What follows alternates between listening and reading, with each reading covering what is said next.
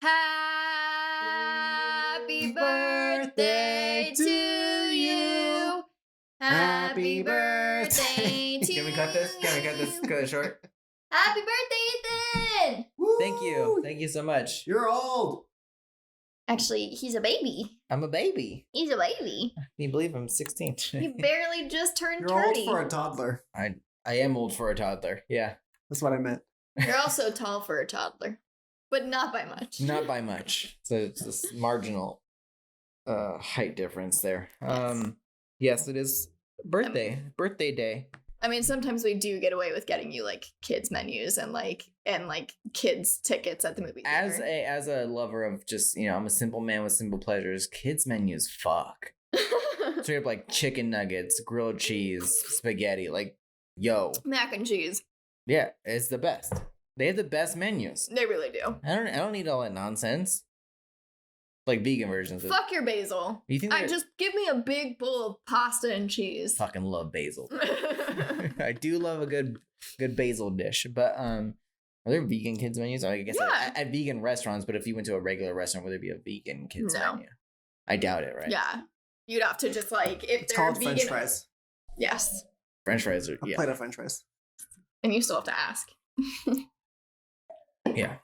Okay. How are you doing? How has your birthday been? My birthday's been good. I'm tired. I think I haven't had enough alcohol. Or I have, but not fast enough.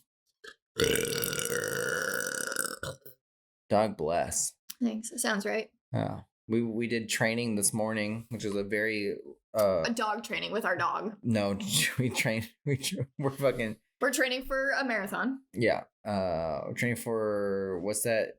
Ninja Warrior. What's that? American Ninja Warrior? Sure. I think. I don't know. I don't know either. I'm training for Wipeout. I'm play Wipeout. There we go. I'm going Wipeout. I'm training for The Biggest Loser. So you win. Thank you. We It's the other hand. Dog training. We did dog training. Puppy training. Yeah, puppy training this morning, which I was also dreading. I think you were as well.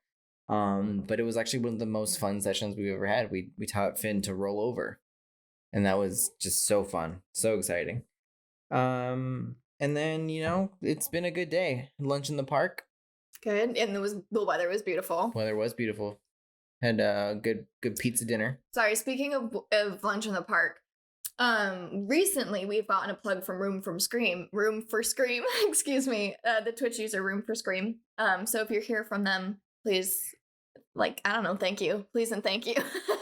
Thank you so much for showing up. If you're here, please. This is a good episode to start with, so and thank you. That's intriguing because I don't know what the topic is, but I hope it's relevant. So it's got to be true crime, right? And if you're into true crime, please feel free to check out Twitch user Room for Scream. Clues. They have a very wonderful stream about true crime, and they also play some spooky games. So super fun to check out. It's a good time. What were we talking about? Pizza. Had pizza. Some beers. Some birthday pizza. Some birthday beers. Those are good things. I like them. But now I just feel sleepy. I'm just I'm lazy bones. Yeah. So let's crack into this. You're gonna be fucking. And the more beer I get, and the more we get into the conversation, I'll feel better. I gotta loosen up.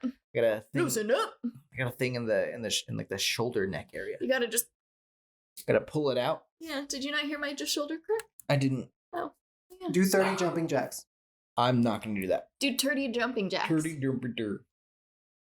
I'm not gonna do that. Bless me. Thank me. What are we talking about? What are we doing? Are you almost done with your beer? Yeah, we also need to do our actual introduction. We didn't do. Oh, hi. This is the podcast Misfits and Tidbits. We have a show here in which we tell you about all sorts of random things about the world, things that we want to know more about, things that we should have learned in school or otherwise that we're interested in, whatever. And we relay them to you. I do all the research. Ethan listens and says really dumb shit, and you think it's really funny. We hope. But for the sake of editing, I'm Ethan. This is Junie. Here's a title card. for everybody to see our names if you're watching on YouTube. If not, then go fuck yourself. Anyway. Also, this is Sergio's title card that doesn't exist yet. Just adding more editing. Why? It takes so much. I'm typing it on the screen. It's gonna be just basic font. It's gonna be Myriad Pro. Sergio. Perfect. I'm not gonna spell your last name wrong too. I know how to spell it, but I'm gonna spell it wrong. You're just gonna Sergio Necromancer. I'm gonna list out some things like in Next, the show on MTV. Yeah. There you go. I'm gonna put Sergio Photo because that's what you are on my phone. After like 10 years of friendship, I've never changed it. Sergio Photo. That's your name. Anyway, thank you for putting more work on my plate. Love it. Oh, you're so welcome. Love to see Happy birthday, buddy. Thanks. The best fucking gift I could have asked for. Do you want an actual birthday present now? Are you giving me a birthday present? Yes. Do the cameras have to stay on? Yeah. Oh. It's our topic of the week. Oh, okay. That was a different present. No.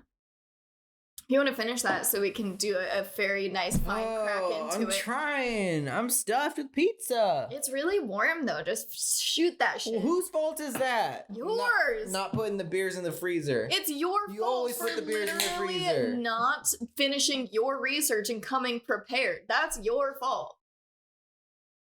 Wait, what does that have to do with anything? It heated your beer up for all the time that your beer was just sitting there fucking getting nice and toasty, dude.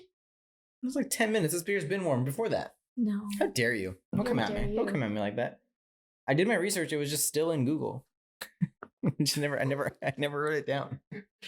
I looked at it. I read it. I just didn't write it down. Okay.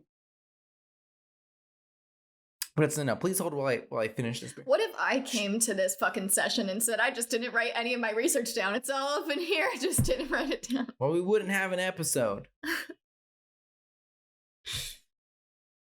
My research is not that in depth, so it takes me literally all of 10 minutes to do all of my research. And it's not thorough, but you know, it is fun. That song is now stuck in my head. What song? The past, the past, No, it's a good song. the past. All right, beer's done. Oh wait, did you already crack it open? Yeah, I cracked it while you were yelling at me. You ruined the crack. That's your fault. You yelled in my crack.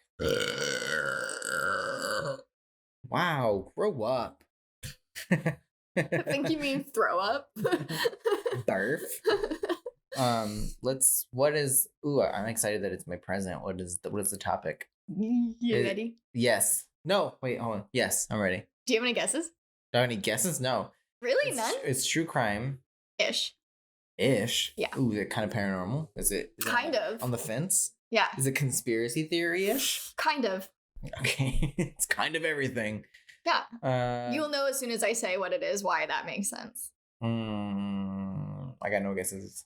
Is it the guy in Ancient Aliens with the weird hair? Oh, what? The guy in Ancient Aliens with the weird hair. Ancient aliens, no. Is it just a deep dive into his life? Because I am curious. Who is he? Like, what are you about? Aliens? No, just There are aliens in this one. there are aliens? Yeah. Ooh, I got no guesses. Tell me what it is. I don't like being titillated. Yeah, you do. I You do. I fucking do love I that. love being titillated. But just give it to me. Heaven's Gate. Heaven's Gate. That doesn't that makes sense. That involves aliens, kind of. It's kind of true crime. It's kind of all those things. Yeah, kind of conspiracy. Yeah. Yeah. Hell Okay. yeah. So we know somewhat about this. I obviously did all of the deep nitty gritty research into this, so you're about to learn literally all about it, not just like the big story leak about it. So at the top of this episode, I have an additional disclaimer on top of my usual one. Usual one being if I missed anything or if I got anything really wrong, please feel free to email us at MNTpodcast. Nope. Hello at MNTpodcast.com. I'll get that right someday. They can also go to MNT Podcast and go to our contact page. Yeah. We're everywhere. Yeah. Fucking message us on Instagram. We're everywhere. We're watching you at all times.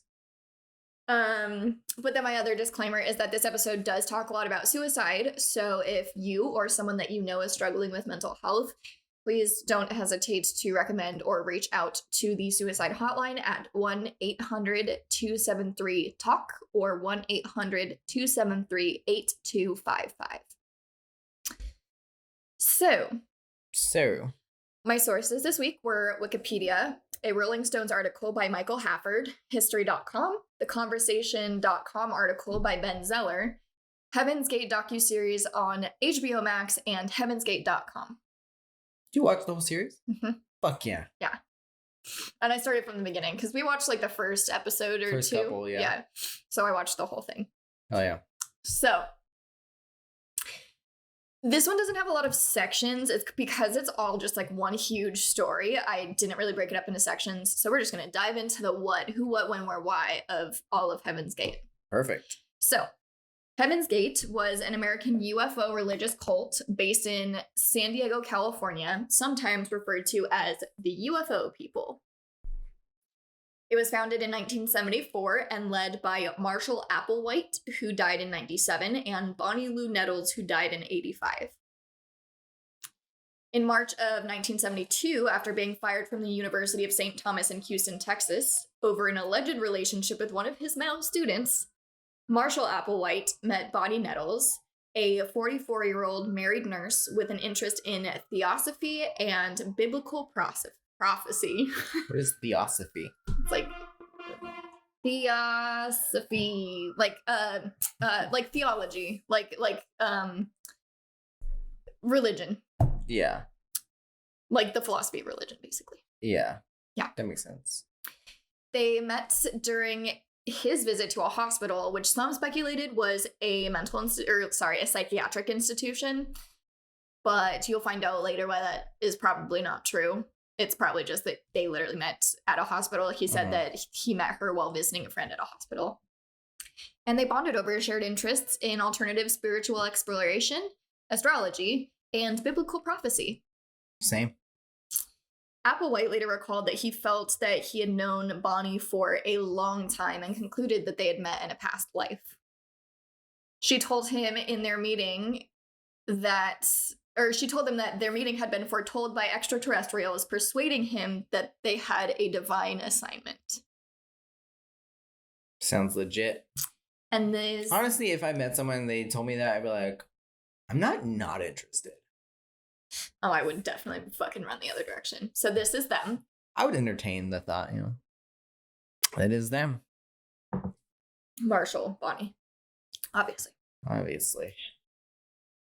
So Applewhite and Nettles ended up calling themselves many names, the first of which, aside from their actual names, Yeah. when they started referring to themselves as a collective, they called themselves Bo and Peep. So Marshall was Bo and Bonnie was Peep. I remember that from the beginning of the thing. Do you know why?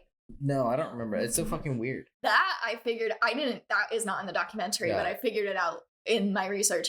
Because once they started having a following, they said that they had sheep.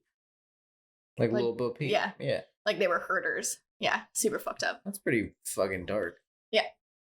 From day one, they're just like, we know what we're about. Yeah. Yeah. So they ended up actually like calling themselves Doe and T, though, which is what they ended up being called I do for remember like that. that's their primary name. So initially they called themselves Bo Peep, then they called themselves Doe and T. The reason why they moved to that name is because The Sound of Music was T's favorite movie, Bonnie's favorite movie, and she made the followers watch it several times. And then they were both fans of musical theater. Doe was a music teacher before he got fired. So they both were really into music, so they called themselves Doe and T. Hey, where does T come from? Do, re, mi, fa, sol, la, ti, do. Oh, got it. Okay. Yeah. Did you explain that just now? I mean, I thought that it was implicit. I didn't get that. I don't know that. Sorry. And Doe was a music teacher. Wait, or he was a music teacher? Yeah, he's Doe. So Doe comes from the same thing. Yeah, Do, re, mi, fa, sol, la, ti, You did do. not explain that. You did not go into that part at all. I thought Doe was the name of a music teacher. It is because Well, Marshall Applewhite. Well, I thought he named himself after like a music teacher that he liked or something. No, sorry. Yeah, you did sorry. not explain that part. I was just like, wait, where do these names come from? Got it. Cool. Yeah. They were also referred to as the Two. So I will refer to them kind of interchangeably as the Two, Doe and T, and then Applewhite and Nettles or Bonnie Lou. I don't really call him Marshall. His middle name was also Herf. I think it was his middle name. Either that or as a nickname. But like when people call him by his like name, they call him Herf. So a lot of different names going on here. But for the most part, I'll call them Doe and T. His name is Doe. Her name is T. Sorry if there's anyone listening named Herf. That's a name you do not hear very often. It's true. That is true. I've never heard that before. So Doe at one point said, "Some call us T and Doe. That's not my name, but that's how I'm referred to on this planet Earth at this time." Got it. So Bonnie Lou had a passion for babies. She actually worked at a hospital as a nurse in the infirmary. So that was before she met Marshall. Before she met Applewhite. That was what she did. And that was really where her heart and soul was. She was very close with her daughter. And her daughter was even a candy striper at the hospital that she worked at. So they hung out there all the time. And she was just really close with her. Her daughter said that she was her best friend. Bonnie was very into the new age long before she met Applewhite. So like very hippy dippy, like new wave thinking. And she met Applewhite when she was married, but got a divorce shortly thereafter because with the like soul connection that Bonnie and Marshall felt for each other, they said that they ended up being basically like sexless soulmates is kind of what they called each other. Like they didn't have sex with each other or anything. And Marshall Applewhite was gay, so he didn't have any sexual attraction to her, but he was very much in love with her. So Bonnie, after getting divorced from her husband, ended up leaving her family to be with Applewhite, and she said that she would be back after they, quote, figured out what they needed to do. But she never ended up coming back. She talked to her daughter a few times after she left. She wrote letters and stuff, but ended up ceasing all communication later on. Okay. So T and Doe ended up traveling the country after they like left with each other to go figure out what they needed to do. And they had no money, so they worked odd jobs, and they ended up on the Oregon coast in July of 1973. There, they discovered through some spiritual journey, probably involving drugs, because they were all into that shit, that they were the witnesses spoken of in the book of Revelation in the Bible, which meant that they were destined to be martyred and then resurrected. So they were destined to be like, cast down and murdered. Yeah. And then after 3 days, they would be touched by the Spirit of God and ascend to heaven. Got it. And then from there, they would lead all who followed them through outer space to the kingdom of heaven. How do you think that's going now? Well, we're going to find out. Yeah. They refer to this whole process as the demonstration. And it was supposed to initiate the end of the world. Got it. Well, I mean, kind of feels like that, so maybe they were right. Yeah, I was like having this weird existential like what if we were all dead? Like we all died after all this happened, and like the whole end of this happened before I was even born. So super, I know. I had a time. Mind blown.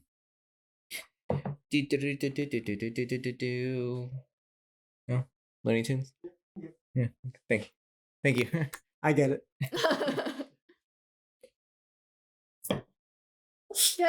So that was 73. What about 74? Yeah, that's when the cult started. What a time. Be alive. And in 1975, Applewhite and Nettles persuaded a group of 20 people from Oregon to abandon their families and possessions and head to a campground in Boulder Canyon, Colorado, where I'm from, where they promised that an extraterrestrial spacecraft would take them to the kingdom of heaven. What do you gotta say to a person to be like, I will drop everything and follow you? And 20 times, like 20 different people? 20, yeah. That's impressive. And it was fucking out of nowhere, like almost overnight. They were in the paper. It was like 20 people have disappeared from Oregon. We have no idea where the fuck they went. They're just completely gone. Whatever. That's insane. Like, yeah. Whoa. Do they have like a script where like when you get a call and like, oh, do you need a toner? It's like that. Like, right, yeah. It's like, oh, they would say this and we'll get 20 people. So they explained that human bodies were merely containers that could be abandoned in favor of a higher physical existence, which, like, that was their pitch. And then in the news, it was stated that a, quote, mysterious couple showed up advertising a UFO that would take whoever followed them to, quote, another life, another world. And they advertised a flyer that read, if you ever entertained the idea of a physical level above the human level, you will want to attend this meeting. That was that was the pitch. I guess it was like the right time for it, you know. I mean, they were playing in their era for sure. Yeah, for sure. And like, you know, they were part of it. It's not like they were trying. It's not like they were thinking with our minds and being like, we're just gonna manipulate. They weren't going back in time and being like, this is the way people think in these days. This is how you manipulate it. We also think this way. Yeah, they were also just part of it, and then they had the magic touch to get people to follow. Yeah. Fucking bonkers. Yeah, I can't imagine just overnight being like, yeah, fuck my life. It doesn't mean anything. I mean, I feel that way now, but like, not in a bad way. Just whatever. Fuck my life. It doesn't mean anything. Not in a bad way. Not in a bad way. I mean, like nothing matters in the general sense. Nothing actually. You're not matters. gonna look for a UFO to take you to heaven. Exactly. It's like, I get that, you know, everything's material, but like, no to the UFO part. And also, no, I'm not going with you. I like things. I like things here. Yeah. Anyway, let's go on. So the cult's philosophy took its roots from Applewhite's Presbyterian upbringing. His father was a minister, and they essentially grafted belief in extraterrestrials onto Christian theology. So they use Christian theology as their basis and then just kind of like threw aliens on top. I mean, I think Catholicism should take notes, because I mean, if you threw UFOs into Catholicism, I might have stayed.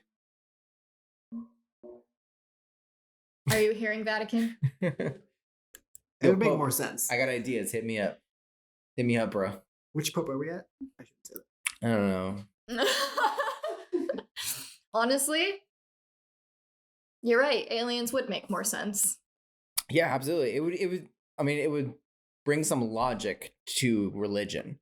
Because right now they're just throwing it out the window. They're just like, fuck logic. This is how it is. And it's like, no, that doesn't make any sense. So like, don't listen to that.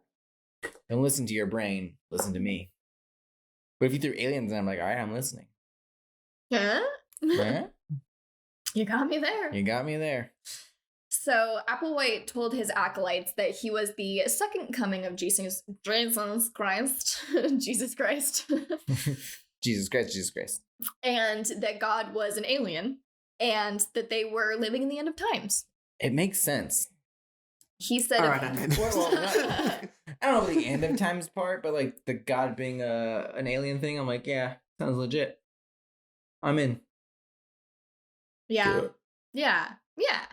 It seems it's just more logical than everything I just don't think God's in anything. So, but him being a sentient being that took advantage of the unknowing nature of human beings at that time seems way more logical to me than like an all-knowing sentient thing that created all of life and matter, and like no, sorry to anyone, like, do you, no religion shaming, but I don't buy it.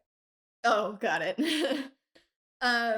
He said of him and Bonnie Lou, quote, "We came from distant space, what your religious literature would call the kingdom of heaven."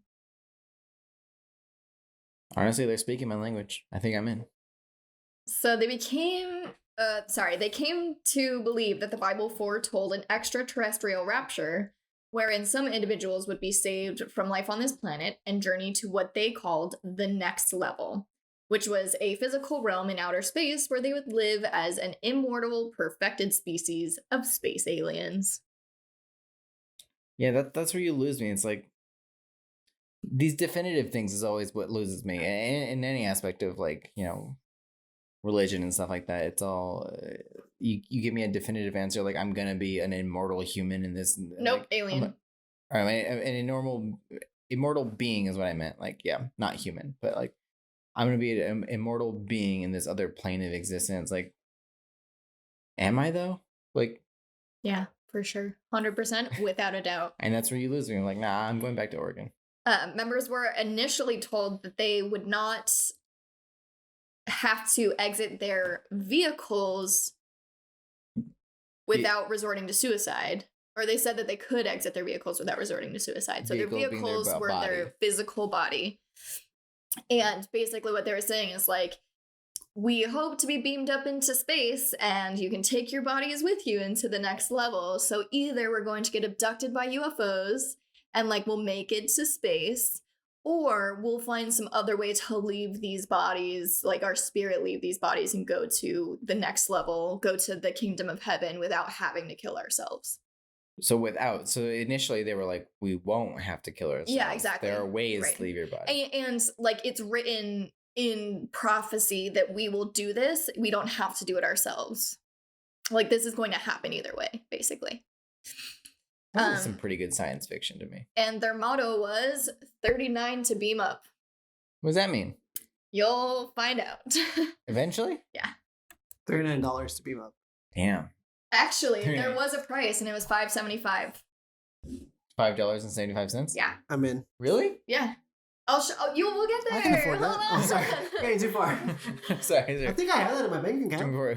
Who's this handsome fella? So this is what they would become. This is the aliens that they would become, the perfected species of space. That's alien. perfect. This is literally on their website. That is still up, by the way. Heavensgate.com is still Who's paying for it? living website.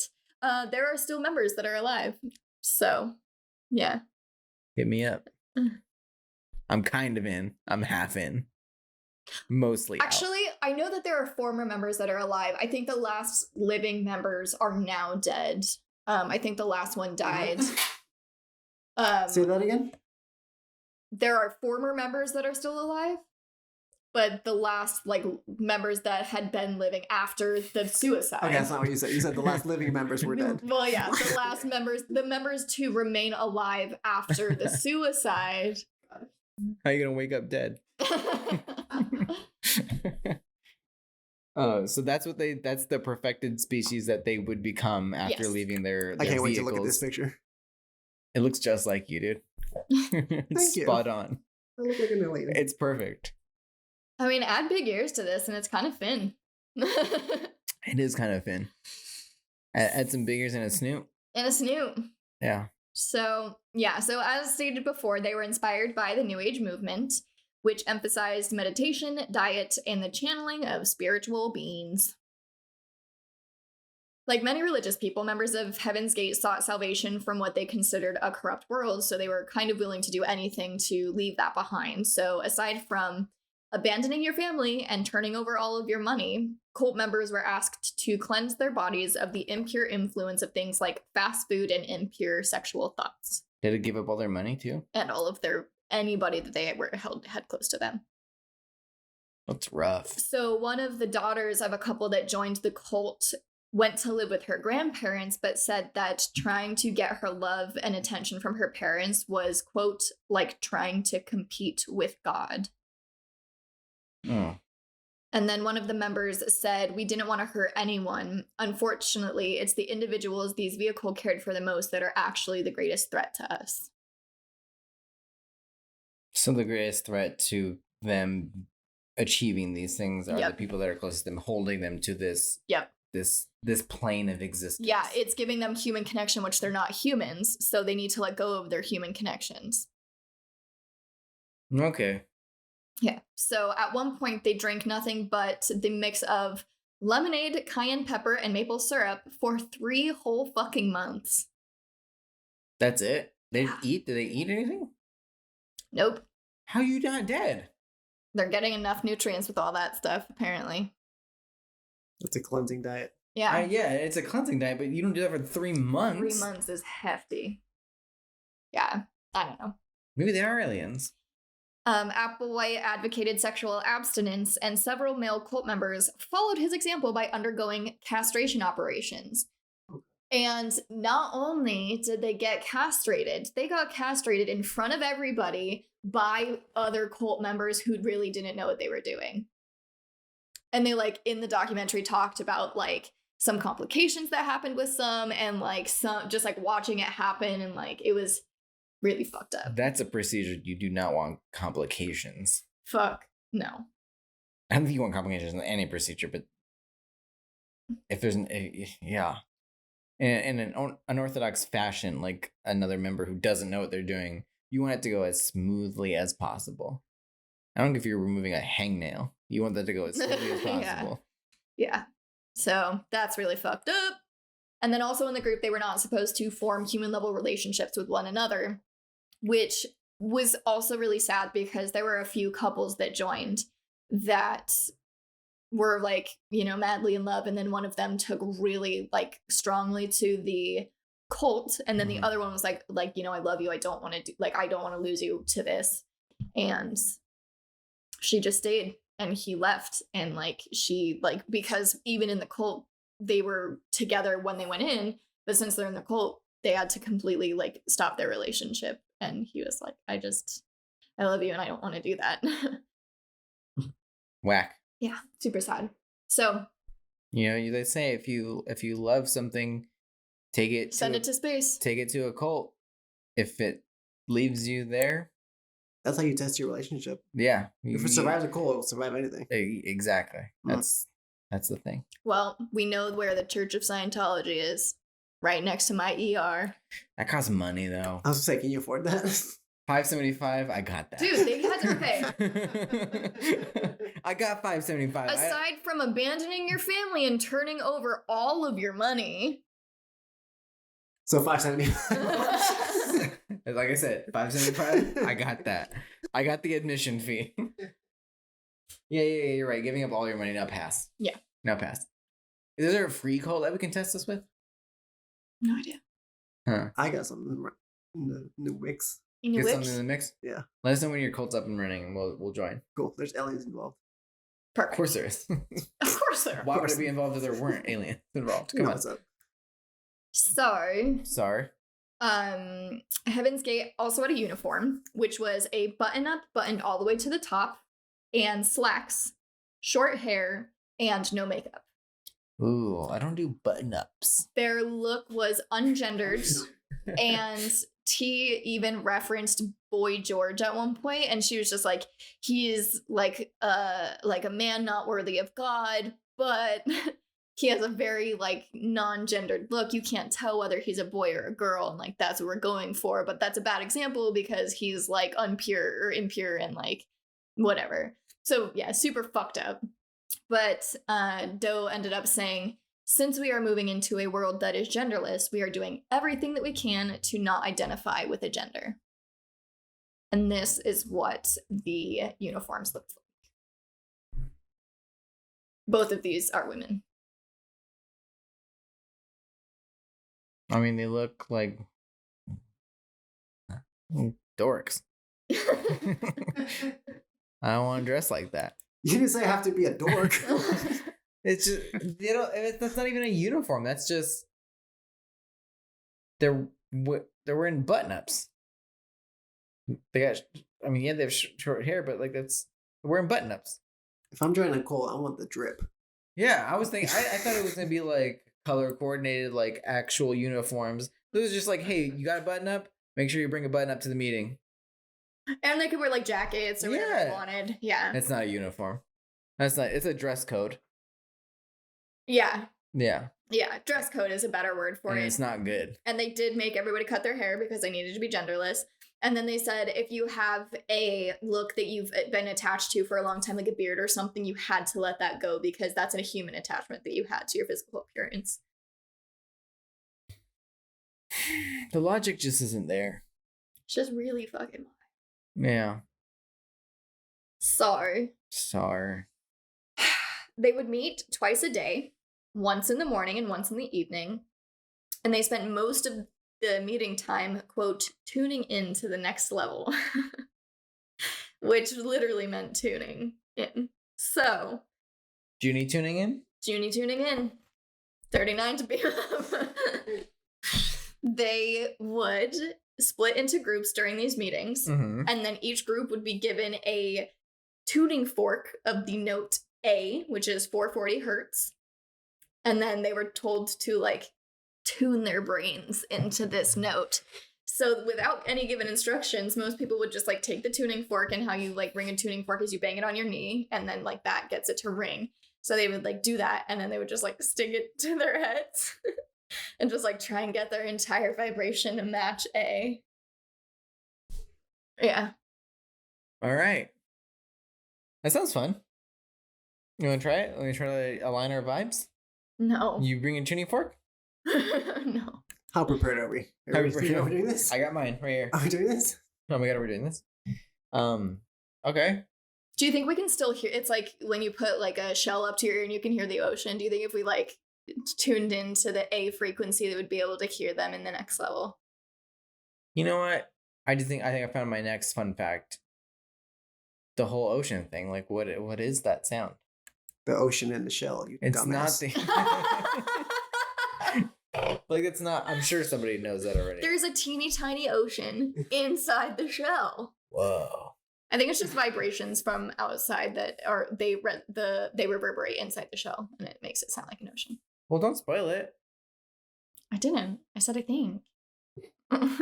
I think, therefore, I spoiled it. I'm gonna look it up. If it's interesting, I'll bring it to the table. I'll bring it to the table. So they would also burn fires all night, and then I love fires. I'm sorry. Finish your thought. I don't have a thought. Finish your note.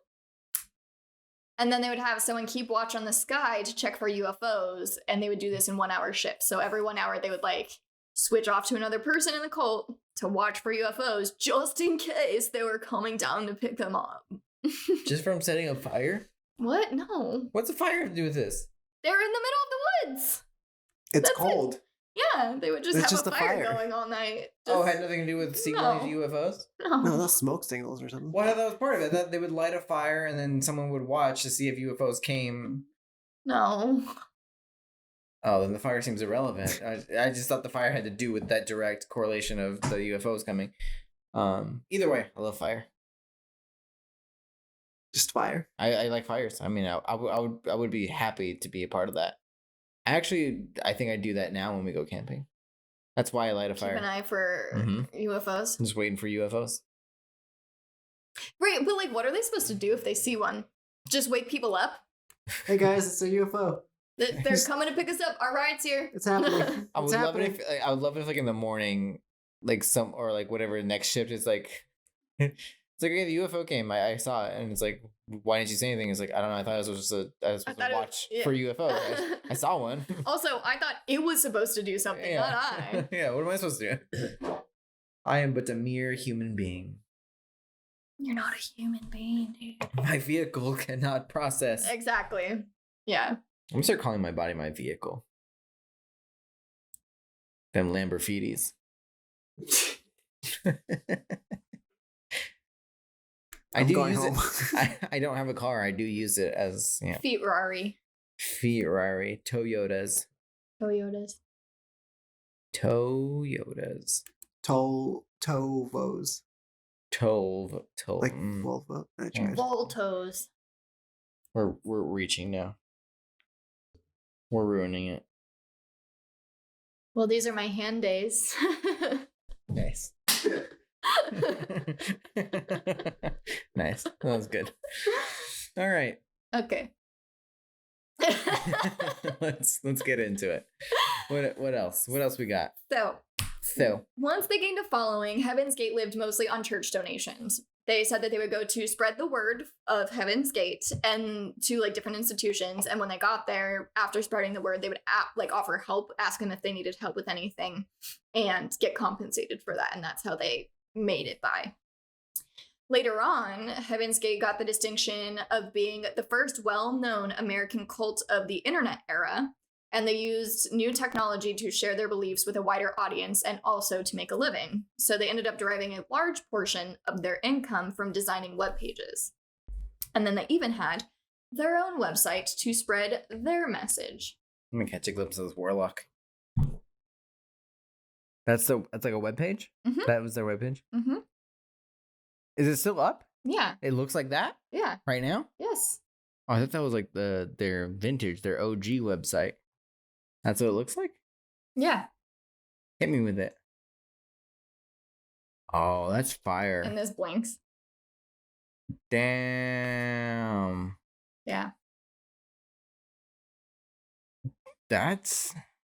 For those of you that are listening, it has a picture of the Heaven's Gate logo, and then it says, "As was promised, the keys to Heaven's Gate are here again in Tiando, the UFO 2, as they were in Jesus and his father 2,000 years ago." And it's very difficult to read. It's in like Microsoft Word type, like 3D lettering, but It's in word art, but then also in fucking the like Star Wars. The Star Wars level of like angle. It's like at a weird angle. Space angle. It's like black text with purple 3D. It's not good. Yeah, it's real bad. It's hard to read. The Heaven's Gate logo is kind of fire though. Yeah, it's not bad. Like, I don't know. That should be on some one of the design blogs and stuff. So, there was heavy evidence of psychological brainwashing within the cult. Fucking Kelsupries. Tiando gave us the tools we needed to brainwash ourselves, said Sawyer, who is a former member of the cult. You done played yourself. You know, brainwash yourself? Well, I mean, they just like, they psychologically manipulated all of these people. I know, but that's hilarious that they were just like, hey, do this to yourself. And they just brainwash themselves. That's different than being brainwashed by somebody. Well, it's not. That's what brainwashing is. Well, yeah, they brainwashed them, but like not completely. They were like, we'll give you the tools, which is like the brainwashing on their end, to brainwash themselves. Which is already just like a psychological method of brainwashing. Well, whatever, move on. The psychological methods used were to make people believe that they were really preparing for a trip to outer space. Doe said, "The mind that you had as a human is aborted, and the soul that was given to you is filled with next level information, a next level mind, and a new creature is born."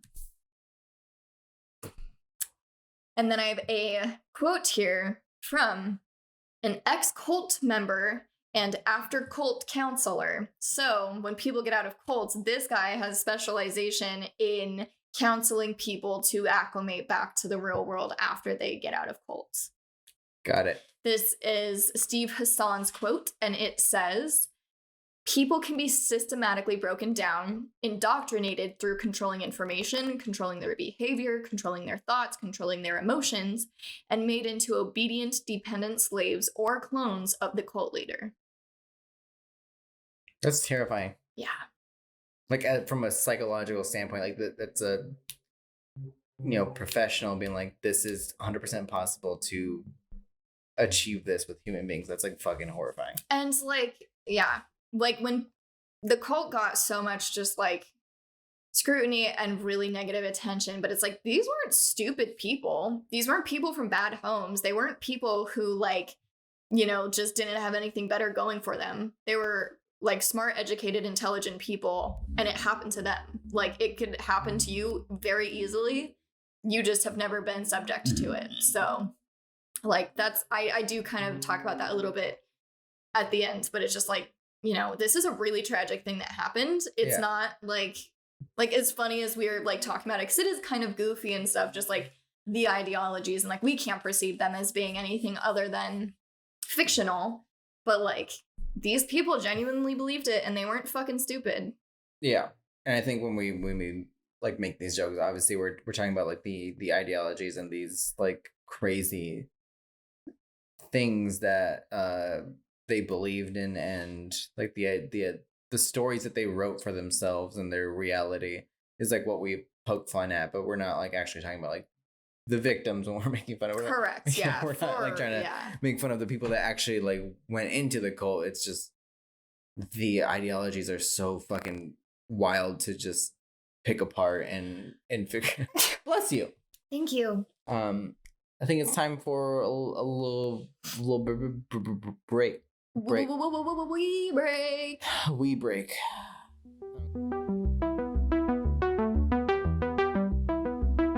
And we're recording again, yeah. We're back in the building. We never left. We never left. We did not leave this building. Where did we leave off? Inhale. Inhale. I thought we were talking about Heaven's Gate. We left off talking about brainwashing. Love brainwashing. It's one of my favorite pastimes. So the cult received a lot of negative media attention and became the subject of many a conspiracy. Mm-hmm. There were rumors that there was a connection with the Charles Manson family, and they were being connected with cattle mutilation. And it was speculated that they would commit suicide by starvation before it was even speculated that they were going to commit suicide at all. Yeah. They were the biggest cult story in the country, and Doe called them, quote, the cult of cults, and said Heaven's Gate is the cult of truth. In 1976, the two started recording their lessons to the class. T said, the point that I want to stress to you is that you are all in a classroom 24 hours a day. Everything that happens to you is to see how you can respond as a member of the next level, not as a human.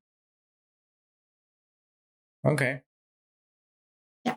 The journey to the next level was said by T and Doe to be the most difficult thing a person could embark upon, and that it was likely that they would not all make it, and people were still just like fine with that.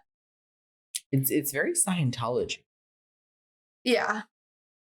But they don't use anything to exploit people, and they weren't keeping people there. No, not that part. I mean, just the ascending to the next level. Like, this isn't your, like, that whole part is very. But that's different because they have, like, Scientology has, like, grades. Like, you, like, graduate to different grades, whereas the next level is this is, like, you're literally, there's here, and then there's there, and that's it. No, I know, but I mean, I know it's not literally the same thing. I know they're not the same thing at all. It's very much like the ascension of like yourself. You're ascending to a higher being type thing by like upgrading yourself type of thing. It's just wild. It's so fucking crazy. Yeah. In November of 1976, the two released a guideline textbook detailing the 17 steps that you have to follow if you're a member. So they released literally like an actual textbook that was a published work. Mm-hmm. And in it had 17 steps outlining like what you had to follow in order to be a member. And to non-members, it read very extreme. But some of them were just like, you have to be good at following rules. Like they were kind of like, some of them were benign, and then some of them were like pretty extreme. And to some members, this was the first time that they felt that the cult was trying to control them. So they lost many members after this. I mean, it's good that a bunch of people were like, that just bailed at this point. Yeah.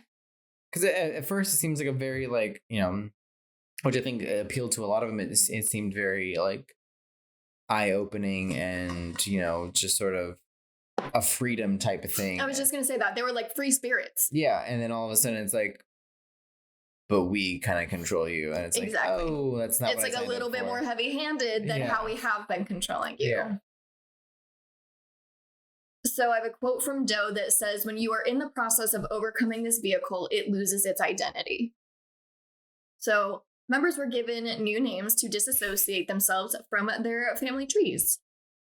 There was a naming system put in place, and it was 3 consonants followed by ODY, or Odie, which was the family name. So basically the last name, but it was just one long 6-letter name.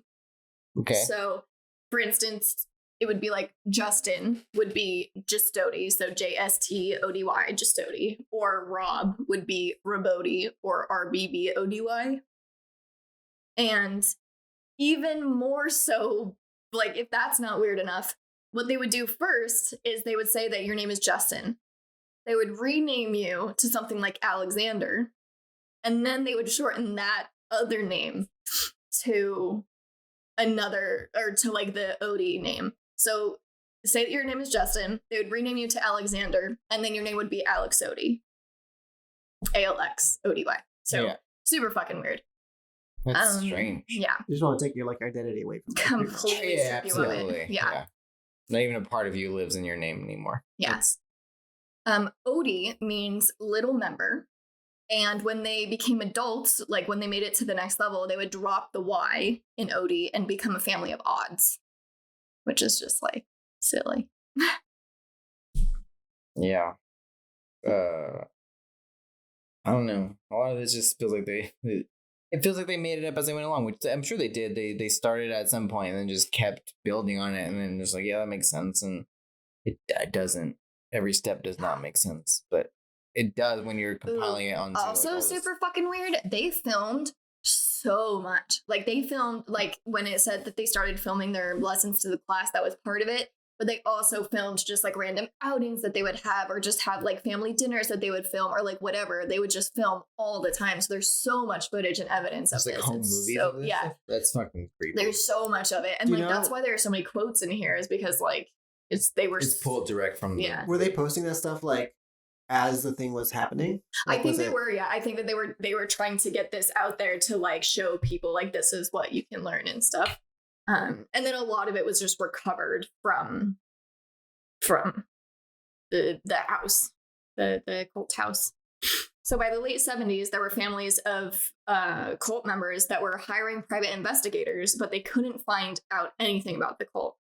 There was even a mom who led a coalition, not against the cult, but to just try and derive information from it, and nothing really came out of that. You gotta go deep. You gotta get in there. There were people that actually infiltrated. There were there was a journalist student getting his master's who knew a student that he went to school with, and he convinced that student to drop everything and go and be in the cult with him for 3 months.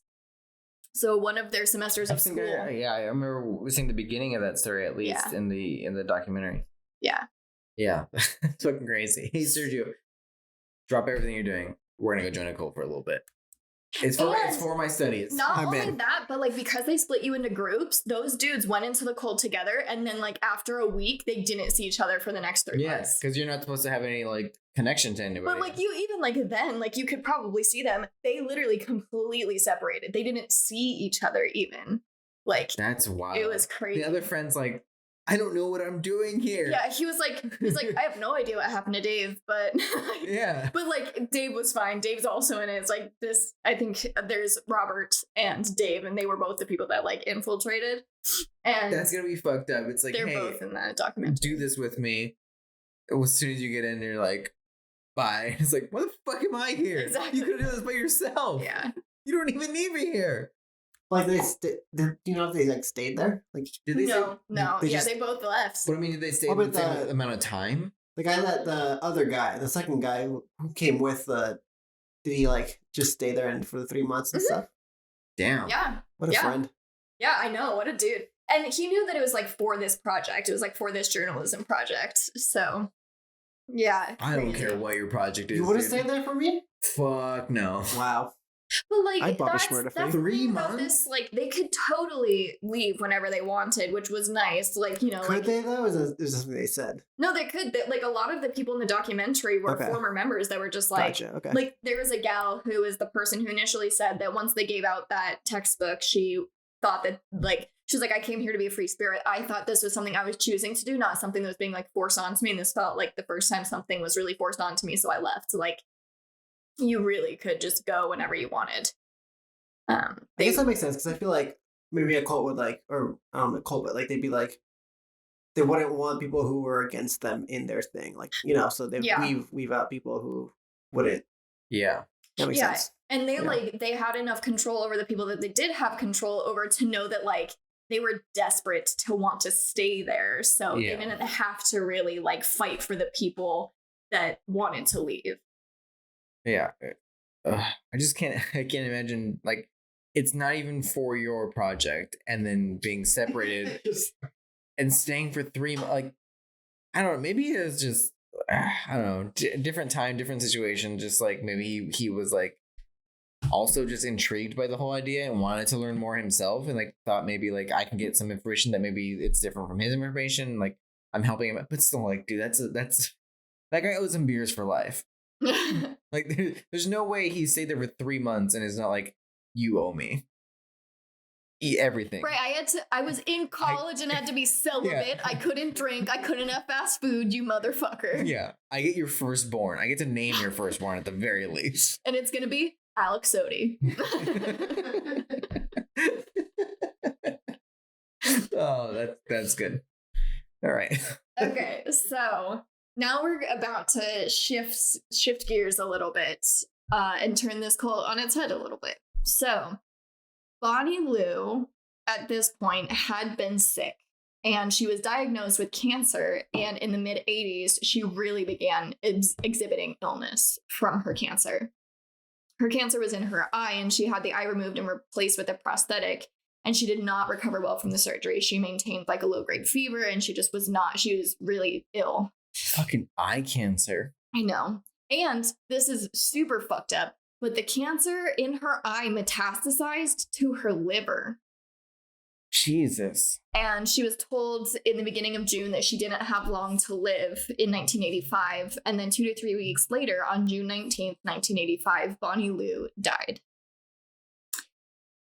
So the family was devastated, and they could not believe that what they called their older member, who was Bonnie Lou, because she was the older of Applewhite and Nettles, she was the older one. They called her the older member, and they just were all supposed to graduate to the next level together, and they couldn't believe that she was gone. But what they did think was that she would transcend to the next level just like before them. So she was there and she was waiting for them. Basically. She died such a human death. Yeah. Yeah. And that had to be a shock to them. That it wasn't like the way they talked about it before was like, we're going to ascend without killing ourselves. We're going to leave this like plane of existence without the actual like death factor, pretty much. And then she died such a very human. I feel like he could have spun that though and just been like, yeah, absolutely. But it's like we're all supposed to leave these vehicles at some point, and she just like found her exit. But that's like an out of control type of 100%. Yeah. So what it seems like is like the initial sell on it is like the controlled leaving, like we're graduating. And it was supposed to be, at the very least, it's not going to be all fucking 40 plus of you that are dying at the same time or leaving your vehicles. But in your prophecy, in this crazy revelation that you had, it was at the very least the two of you were supposed to go together. And this was so unplanned, unprecedented, like totally not in like the just grand scheme of the plan that they had together for this entire cult. So that... say that up until this point, I was totally on board, and I like everything, checked all my boxes, and I was like, yes, I understand. Had this happened, I would have been like, fuck no. Okay, you've been full of shit this whole time. You're not in control of anything. You have no idea. For sure. Yeah. Mm-hmm. Yeah. Like wheel? Yeah. Sticking it? Stops it? Yeah. That. The wheel's turning? Yeah. It's not turning anymore? Yep. Remember when I said I was going to turn the thing on its head? It's like, kind of like flipping over the handlebars once the stick is in the spoke. Yeah. Yeah. Yeah. Yeah. Yeah. So, two members of the cult went to tell Bonnie Lou's daughter, who, like I said, she'd been very close with, and she had not heard from her mother in a while and didn't even know that she was sick. So when she heard that her mother had died, they like at first just kind of slowly told her like, hey, your mom's been really sick and she went through this surgery and she just like, she really isn't doing well. And they were like very aloof and weird and like just like shitty about telling her straight up. And she just, they have no like they let go of like emotional connection to things. So they have like probably no empathy and no like sympathy for someone who's getting news. They're just giving it to her very, very straightforward. Yeah. And then she just like, after a couple minutes of them talking, she just like looked up at them and she was just like, Mom's dead, isn't she? And they were like, yes. And she was devastated, obviously. Like, of course she was. And she missed her mom so deeply. And Perf ended up calling her.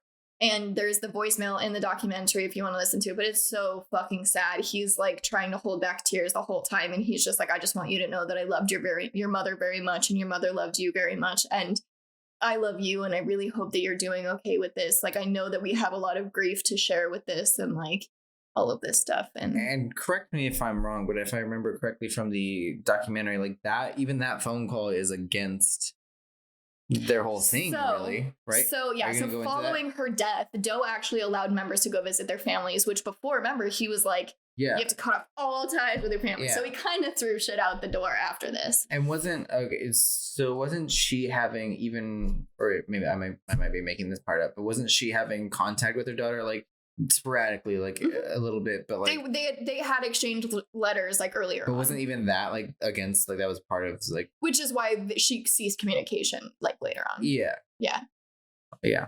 But then his phone call was kind of like also like that goes against everything that they believed about human connection. Kind of, but I think that he had this connection outside of a human connection with Bonnie Lou, that's how he acknowledged it. It was like it transcended humanness. And like I think that you're thinking about this way more like robotically. Like they still definitely like loved and cared about each other, like the cult did.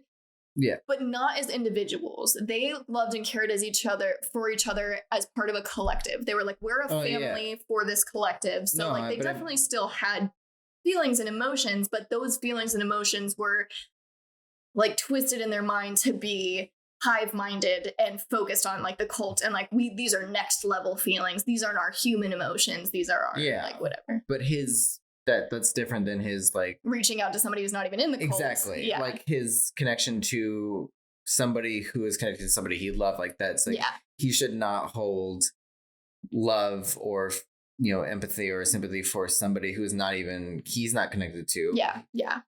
Just like he feels remorse for the person that he loved. Yeah. Which is okay. So then there's also this part in it that this is like totally unrelated. Oh, sorry. Happening. This is totally unrelated, but they're gonna act it out for a second. Yes. You stood up and I was like, oh, we're getting. No. Doe at one point told this. Fuck. I don't remember. Oh, Dick Jocelyn. That is his name, and he was a member who survived after the suicides and ended up dying of complications with AIDS like later on. But he was a very devout member of the cult. And at one point, like he was putting in work. He was like on their like council, like he was like the member of all members. And at one point, her approached him and said, "My vehicle is becoming attracted to your vehicle, and that we can't have that. So I need you to like leave, basically." And Dick was devastated. Damn. Yeah. So like I think knew that he had vehicle feelings and emotions and stuff, which you weren't supposed to be in touch with. So I like in that respect, I think that 100% the phone call and all of that had like completely went against whatever. Yeah. But back to the idea and the fact that he let members go visit their families, fucking wild. And like a lot of people did, a lot of people were like, this is our family and this is where we are now. And like, I've left that behind, but a lot of people went to go visit their families. I remember the one story of that guy who came back, like he just showed up, like obviously his family hasn't heard from him in like years or whatever, months or whatever it was. Like, and he just showed up and they were like, yeah, he was normal. He was like himself. Like he hung out with friends, like hung out with family. Like they did the normal thing. At this point, the cult has been going on for 11 years. Yeah. So he was gone for a long time. Yeah. And then he just shows up and like everything's normal. They had like a dinner with him and everything. Like they had like a whole thing. And then the next day he was gone. And then he just left. He was gone. Back. So that's like another thing that was super fucking insane. One single person of all of the people that went to go visit their families, one person stayed with their family. The rest of them went back. No hesitation. So no questions fucking asked. weird. Yeah. So now we're going to kind of get a little bit more into the twisty turns of this. So some believe that Bonnie Lou's death was the catalyst for what was to come for the cult. So how are you feeling? You want to take a break? You want to keep going? You're good? No, I think I'll grab another beer for us and keep going. I think I'm okay for now. Maybe I should pee. I didn't pee the last break. You didn't. Yeah, let's take another a wee break. A wee break. All right. 3, 2, 1. Okay. Let's pick it back up. I need to report an anonymous tip. This is regarding a mass suicide. I think it was a religious group that committed suicide.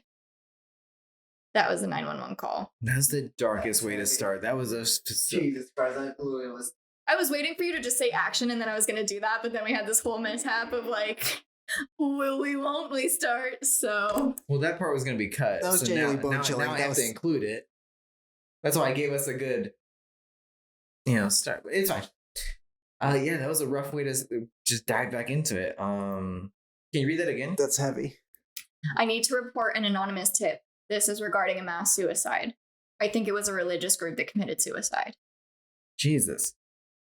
So on March 22nd, 1997, in a multi-million-dollar mansion in Rancho Santa Fe, 20 miles north of San Diego, 39 members, including Marshall Applewhite, ate applesauce laced with barbiturates and washed it down with vodka. They then put bags over their heads, purple shrouds over their bodies, and laid down to leave their earthly vehicles behind. Were they not the... Oh, no, that was... Yeah, I'm sorry. I was thinking of something else. Yeah, that's pretty rough. That's the display they have in the Museum of Death, where there's like they have the bunk beds and yeah, pretty much. I remember that, and I just realized that that's what I saw. Yeah. So there was like there were like so many rooms. It's a mansion. It's a multi-million-dollar mansion, so there are very many bedrooms, and then I think this is their computer room that there were 2 people in. Okay. And then we'll go into some other stuff, but I think that room is just speaking on like just viewing that room in the Museum of Death was like, there are so many things in that museum where it's like you see like, the gratuitous stuff of like dead bodies and stuff, but something about that like display room, and obviously it wasn't like it was like a basically staged room. It's not anything nothing from the actual event, but it's like a staged room where you have like mannequins underneath the cloth and like all that stuff. It looks exactly like the picture that we showed. Exactly. And it's like that room gave me like chills, and it's like not gruesome, it's just real. Yeah. It just like puts you in a real like. And the fucking like the video that Marshall Applewhite recorded before the suicides is playing on like an old TV in the fucking room. Yeah. Yeah. I think that room just it impacts you in such a way that like I think I got the most chills from just standing and looking into that room and seeing that video and just like contemplating like just putting yourself in those. There were 2 sections of the museum that really fucked me up. It was that, and then the section of like couple killers and like couple killers that like raped bodies and like had pictures of themselves like with dead bodies and stuff like that. So I think for me it's like it was like I don't know, it's like the reality of things for me where it's like the images, like the photos and stuff like those don't really like I get it, like, and I enjoy, like, it feels weird to say you enjoy, like, the things in that museum, but, like, going through it, like, I do enjoy, You're like, fascinated by it's fascinating, but I think the things that, like, really strike me in that museum are, like, the things that bring you to, like, that reality point where it's, like, or it's, like, you're almost there type of thing, not, like, because a photo, it's, like, a photo could be taken anytime, and you're viewing a photo. But looking into that room, it feels like you're there in the room. It feels like you're a part of, like, you're witnessing that happen at that point. And then the second thing for me was the quilt, the Manson quilt. That actually did not stay with me. I remember it, but like, But like, those are the 2 things that like I feel like it makes you a part of it because it's there. It's like a very tangible thing that was there when, like, it feels like you're looking into like that moment type of thing. Like, when you look at the scene of the Heaven's Gate, you're looking into a moment that actually happened, even though it's staged there. You're looking into that moment. And for me, it was also like it was so hard for me to like. I understand they're mannequins.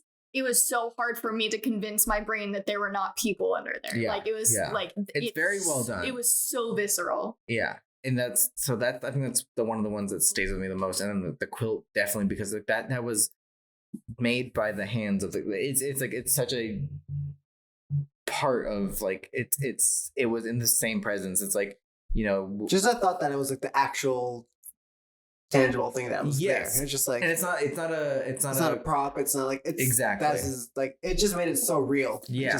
And I think those are the two things from that like have always just stuck with me. And I've always, every time I've gone back, I've revisited those and just kind of stayed and like sat with them for a second, because they give me the most like visceral reaction to it. It's so weird. But yeah, like that room, I think about that room all the time. Yeah. So when I was going through this, that's wild. all I was thinking about. Yeah. So to them, they were not killing themselves. They were freeing their souls from their bodies so that they could ascend to a spacecraft flying in the wake of the Hale-Bopp comet and were going to be taken to their new home in space.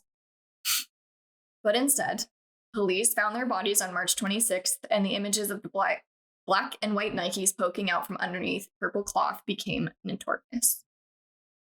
Yeah. The group had moved into that mansion the previous fall, so the fall of 96, and a member who left weeks before the suicide to document his experience with those blessings. So this guy went to Doe, like as a member, and was just like, I feel like I have a calling from God to go and document what I've learned here, what I've experienced here, and like I want your blessing to go and do that, but like not be here. Go and write about this and like tell the world and stuff. And Doe was like, I agree. I do feel like this is like a very big movement from God. Like, I feel like this is something that you need to do. And I like, you have my full blessing to do it. So it's a story that needs to be told. Right. If you're the person that's being called to do it. Right. Go Exactly. For it. Yeah. So this guy left the cult for that reason just a couple weeks before the suicides. And then just after the suicides, he got a packet in the mail with instructions to go to the house and film what he found there. Jesus. So how did they get here? How did they go from Bonnie dying and just all of a sudden just to a mass suicide? Right. To be fair, that was 12 years later, but how did they get here? I didn't know it was that long after Bonnie. But everything started changing after she died. Yes. So after Bonnie's death, Joe started focusing on joining what he called his older member in the next level. So Bonnie joining her in the next level. At one point, the members of Heaven's Gate feared that they would be targeted and killed by the government, because there was another cult at the time that I'll have to cover that did get targeted, and their warehouse or their meeting house, their cult house, whatever, got burnt down like by the police. So Heaven's Gate thought that was probably, or that like could potentially happen to them. It's very likely. It wasn't very likely, but it was possible, like, because they weren't dangerous or anything. They were just fucking weirdos in media's eyes. Well, when did like Waco happen? Waco was in the 90s as well. That's exactly what this. Yeah, that's why it was Waco. Oh, okay. Yeah. So that's what he was referencing. So he ended up twisting this and said, what if that's a good thing? What if we get firearms and learn how to use them and start behaving as crazy as they think we are, so that they'll come and kill us and we don't have to do it ourselves? Like suicide by cop, basically. Literally said suicide by cop, basically. But they didn't go through with that plan, obviously. Yeah. A lot of people completely like red flagged that, and they were like, fuck no, like that's not the way. Like no. This ain't it. Yeah. Cap called. Cap called, this ain't it. So they used, while they started trying to figure out how they were going to do this, they used Star Trek as the model for the team that they were building. Quote, he espoused the hive mentality of being a cog in the wheel for the benefit of the overall collective. That was a quote from a former member. Okay. In September of 94, Doe called the members to a meeting and asked them if anyone had reservations about suicide as an exit. At this point, some people had been in the group for 20 years because it had been around for 20 years. And then some people had only been in for like 2 weeks. And He was proposing suicide to them. So imagine being a new member and just being like, wait. All right, this sounds good. Right, yeah. I'm not down. Wait. I'm listening. Right, yeah. So after this meeting, 5 people left the group. In 1996, the group began to fully orient themselves toward departure.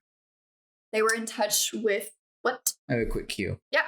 At this point, how many members are actively in the group? So I don't have a number at any point, but I do give you the number at the end. Okay. Of like who was there in 97. So is it safe to say from this point to then? Yeah. What's a relative number? About 40. Because 39 people committed suicide. Okay. Yeah. Yeah. So about 40 at this point. Yeah. Yeah, give or take. Give or take between the trajectory they're going towards the. So it's definitely over 40 at this point. Yeah. So but towards the inevitable end, there is about 40-ish. Yeah. Damn. Yeah. Okay. The group was in touch with the bulletin board service, and because of which they were kept up with what the UFO community was talking about.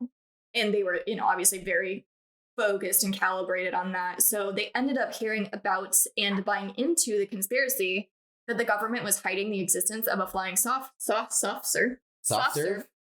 Flying soft serve. Actually, I'm in.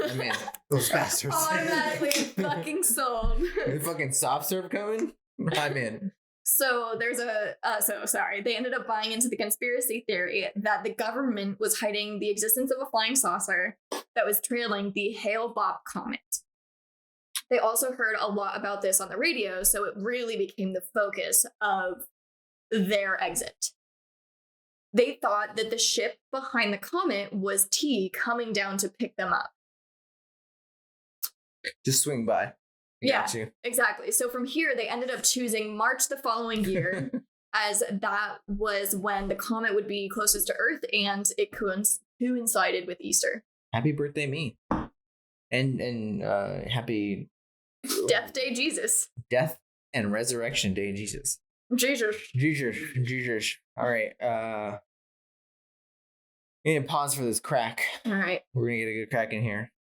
If you're just watching, so sorry. I'm done. Ready? You just, instead of a Pacific Ho, you were just a Pacific bro. Thank you. I'll take that. Go for it. I am a Pacific bro. I am. Instead of a Pacific Ho, you're a Pacific bro, is what I said. I didn't hear that. I'm sorry. I apologize for my comment. All right. Everybody, silence on the floor for the crack. But yeah. That's 10 out of 10. That's 10 out of 10 crack. That was a good crack. No splashback either. That was splash. It was a clean crack. Hey, Ethan. Nice crack. Thanks, bro. Yeah. So March of the following year, March 1997. I'm 6. I'm 30 now. You had just turned 6 too. Yeah. 6 days right there. Yeah. 6 days? 2 days? 6 days. I'm 6 in 6 days. 6. No, 22nd, 2 days. Oh, it's 6 in 2 days. No, 22nd was when they committed suicide. Yeah, I was 6 and 2 days old. Oh, 6 and 2 days. I thought you said I was 6 in 2 days. No, I was 6 and 2 days old. Yes, exactly. Yeah. So anyway, the group left behind a detailed ledger, which basically acted as a collective suicide note. And it stated that the weeks leading up to the exit were basically just one big vacation for them. So they visited Gold Beach, Oregon, which is where Herf and Bonnie had their original revelation about being the witnesses. That, like, when they went to the Oregon coast, that was where they initially had that vision. And then they went to SeaWorld in San Diego, Mexico, and the Stratosphere Hotel in Las Vegas, where they won. Guess how much money they won? Okay. $575. No. $39? No. Is it a lot of money? No. Okay. $20. Yeah.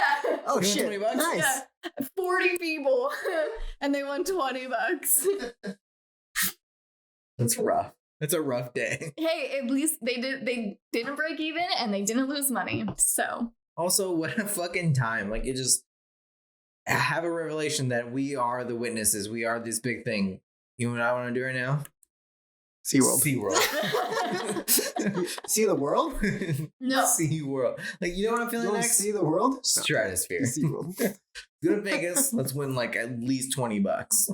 Maybe it's like someone was afraid of sharks, so they went to SeaWorld to overcome that fear. I feel like these are people who don't know like the outside world. They're like, what's like the thing you have to do? Just Vegas and SeaWorld? Yeah. What else is there? Right, yeah, exactly. They don't know what actually is out there. Jeez. Yeah. Yeah, that's in like this big of a fucking fraction. That's like of the if you're earth. born It's in like, California, like Southern California, Yeah. without knowing anything else, you're like, there's SeaWorld, and like Las Vegas is this great huge thing. Because and there's nothing else. Because they're in Oregon, it might be like that's what the Southern California is. It's like Disneyland type of thing where it's they're like in San Diego though. Oh, they're in San Diego now? Yeah. That at that point okay, so yeah, it makes sense. Sorry, no, they were in Oregon. Oregon was the original place where they had this vision. So yeah, I think it's like they're fulfilling the fantasies of being the Southern California people, where it's like this is what I'm surprised they didn't go to Legoland. I don't think it existed at that point. Not then, huh? I don't think Legoland was there yet. Yeah, unlucky for them. I've never been to Legoland. I like Legos, but it's not good. It's not good. I can't imagine. It's cool, but whatever. SeaWorld's not good either. Well, they're not good for different reasons. Yeah, it's fair. That's fair. Anyway. So, the night before the exit, they had a meeting, and whenever Doe would talk about T, he would get all choked up. He would like start crying about her. And the next day, when everyone was saying their goodbyes, they all filmed exit interviews, like literally sat in front of a camera, had somebody on the other side asking them questions about like saying goodbye and stuff like that. And whenever they would talk about T, they would mimic this behavior. Oh, that's creepy. Yeah, so that was total evidence of brainwashing. Like we heard in the above quote, they became clones of their cult leader. Ooh, that's rough. And another thing that's super fucked up that was pointed out in the documentary is that these interviews were another method of psychological manipulation, because what he was making them do was like publicly state that they were going to commit suicide, which made them way less likely to back out. Like, yeah, if you're gonna they have accountability now. Exactly. It's like their accountability buddy is the public. Yeah. That's and fucking everybody wild. else in this cult that they now have committed to like killing themselves with. Yeah. So wild. This is a fun-ish tidbit. There was a sign-out sheet that they all signed when they were leaving. And the interesting thing is they signed their names, their like human names, they signed their OD names, and then under the estimated time of return column, the ETR column, things were written like bye or never, or it was just like completely crossed out. Because they're never returned. Well, that's wait. So they wrote down their human names, like their original names, which was really weird. Like they still kept that name like in their head. Actually, there's a chance that what they did was somebody went back and wrote over it, because they did show the document in the documentary, and it showed their names next to it. But it might have been someone went back and exactly to identify them. Okay, but either way, like, that's the type of thing that leaves you wanting to like interview these people again and like wanting to know more, because like their whole idea was, I mean, the whole like the way each individual signs the returning part feels very like psychologically, it's almost like a fingerprint of how they were interpreting the whole cult mindset. You Definitely. know? It's like the way someone said like bye or never or crossed it out. It's like that it has to be some sort of indicator like of how they felt about like what they were doing. Like it leaves you wanting to know more about each individual person and why they did the thing, like why they wrote the thing they did in the sign out sheet. I'm sure you could watch the exit interviews. I'm sure you could find all of them. I don't want to do that. That sounds like a rough time. But I mean, even the exit interviews, it's also a form of, I feel like it's a form of theater. It feels like it could be the most, I mean, obviously in this cult experience that they were in, like they probably gave the most honest that you could be in front of a camera, but also like that's not digging into it as much as, you know, sitting down with a person and like analyzing how they why they would write, because it's after the fact type of thing. So it's like if in the exit interview they gave them the sign out sheet, they signed it, and then you asked them why you wrote that in that column type of thing. Like you can't do that. I don't think they'd know. I don't. Yeah, of course, I'm not going to give you a straight answer, but it's like you would have to like, you know, sort of like in a therapy type situation, like figure out why that is the method of that return time that they picked, because like it has to have something to do with their current like psychological interpretation of what they're doing, you know? Sure. Like I just feel like like I feel like so easy someone could say like no or goodbye, and someone could say like never, and like the reasoning why they would say that, it's so much like, it says so much about like how you feel about the actual concept of returning after leaving. Like I think it says a lot about. A lot of people just followed suit because like a lot of them were just like lines, just like NA basically. Yeah. So I was just I mean I haven't seen the sheet, but like there were just like a couple that said, like one of them said hasta la vista.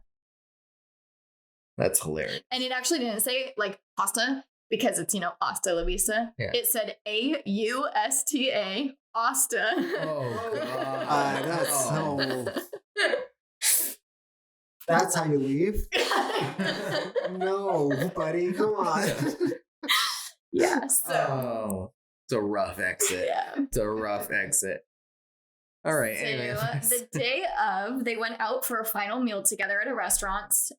They all had the same thing to drink. They all had the same thing to eat. And sorry. Where was it? I knew you were going to ask. I don't know where it was. I don't know what they had to drink, and I don't know what they had to eat. My bet's on Cracker Barrel. And they said goodbye to various people in town. And finally, did they have friends in town? They went to like the gas station and said bye to like random people. Wash. Yeah. And these people were interviewed on the news. That's wild. Yeah. And then finally, the group made their exit.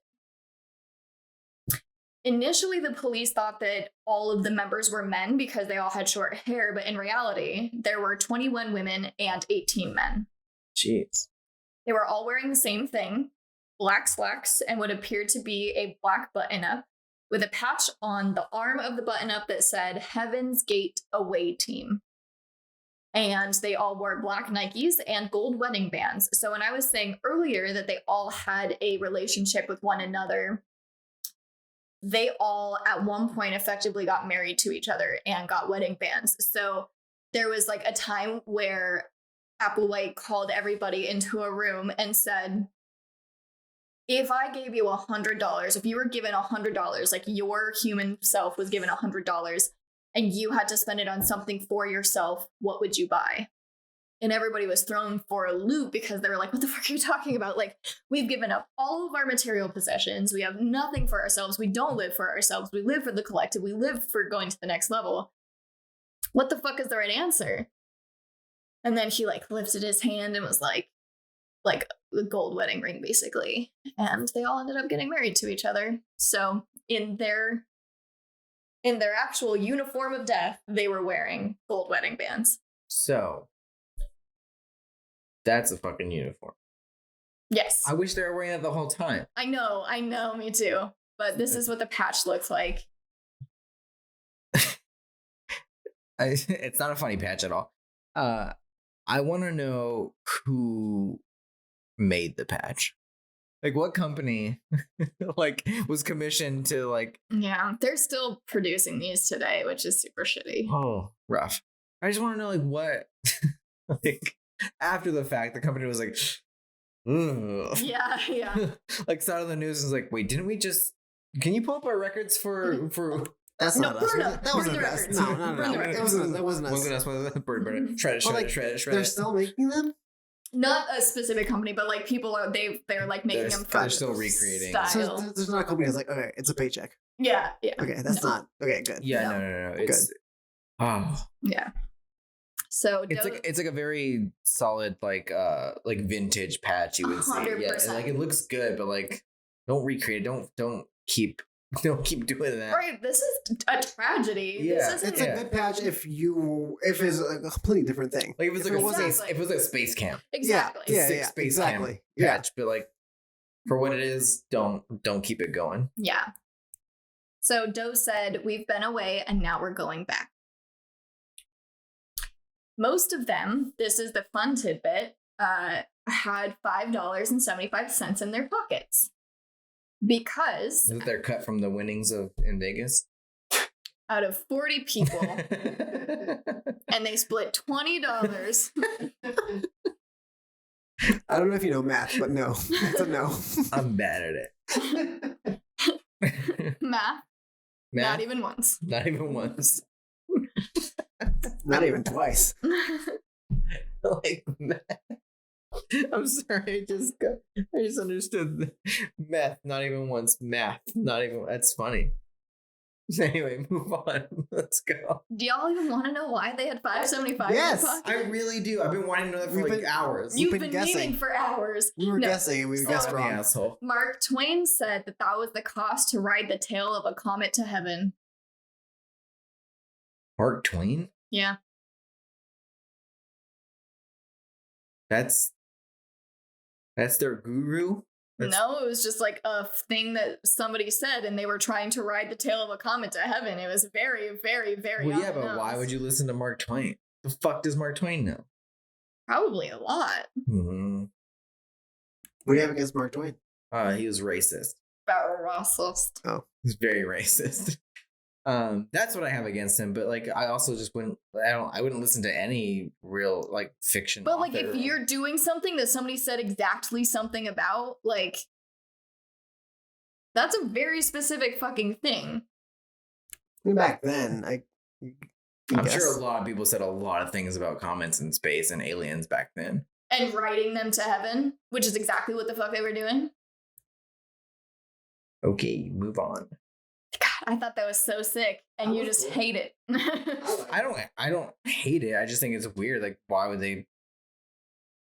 I think it's strange. The bodies were dead for varying amounts of time, which is also fucking weird. Mm-hmm. So, and like, not like, 20 minutes difference. They were dead for days difference times. So there were some bodies that were dead for 24 to 36 hours, while others had been dead 3 days, and then others had been dead 3+ days. You think maybe they were all like... I actually have. But... Never mind. Go into it. Sorry. So it appears that they went in 3 groups. So the first group went, and then the second group helped them and like covered their bodies in the purple shrouds. And then the second group went, and the third group helped them. And then for the third group, there were 2 people that weren't covered in purple shrouds, and they were believed to be the last people to commit suicide because they weren't covered. But damn, days apart, like... So there was not a single person who was just like, this is not it, and they just bailed. Everyone was 100% into it, and just... There were people that didn't do it. Oh, there were people. But that were present within those days. Were there people that bailed? Yeah, okay. Okay. Oh, the people that bailed, yeah, but then there were also people that stayed in the cult, like still believed in Heaven's Gate, but did not commit suicide that day. Got it. Okay. Was that planned, or are they just like... Mm-hmm. Okay. Yeah. So... Marshall Applewhite was in the second group, so he was not the last to die, which people thought was really interesting. And he was found alone in a king-size bed in the master bedroom of the mansion. Which, like, I think I saw the picture, but it's literally just, like, him in a huge bed, like, in the center, just fucking, like, a very small little man. Just, like, it was really, really creepy. And something that I did kind of want to just like dive into a little bit, and I don't have any super like specifics about this, but like that's 40 people. I don't know. I don't think Applewhite had a family, but 39, or I guess not 39, 38 people left families behind. Yeah. Like they left loved ones. These people's families probably didn't even know for. No, they saw it on the news.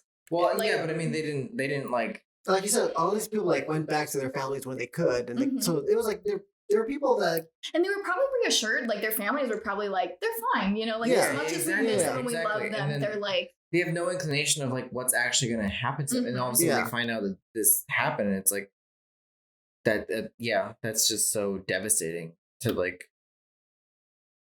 I mean, and it seems so fucked up for years they were thinking my child could be dead, and then they come back and they're like, oh, so you're fine, what you're doing is fine, you can go away for another whatever, like we don't want you to go away, but you're gonna do your own thing, and then within years, oh, okay, right, yeah, Yeah, that's gone. That's devastating. Gone. Yeah. So yeah, it was really difficult to watch, and there were a lot of families that were like talking about it, and just they were devastated to have lost the like concept of their children and their brothers, and you know their husbands and parents. And then once they got reassurance that they were like alive and fine, then it was like, you know, like it sucks, but it's better. And then they were dead. So yeah.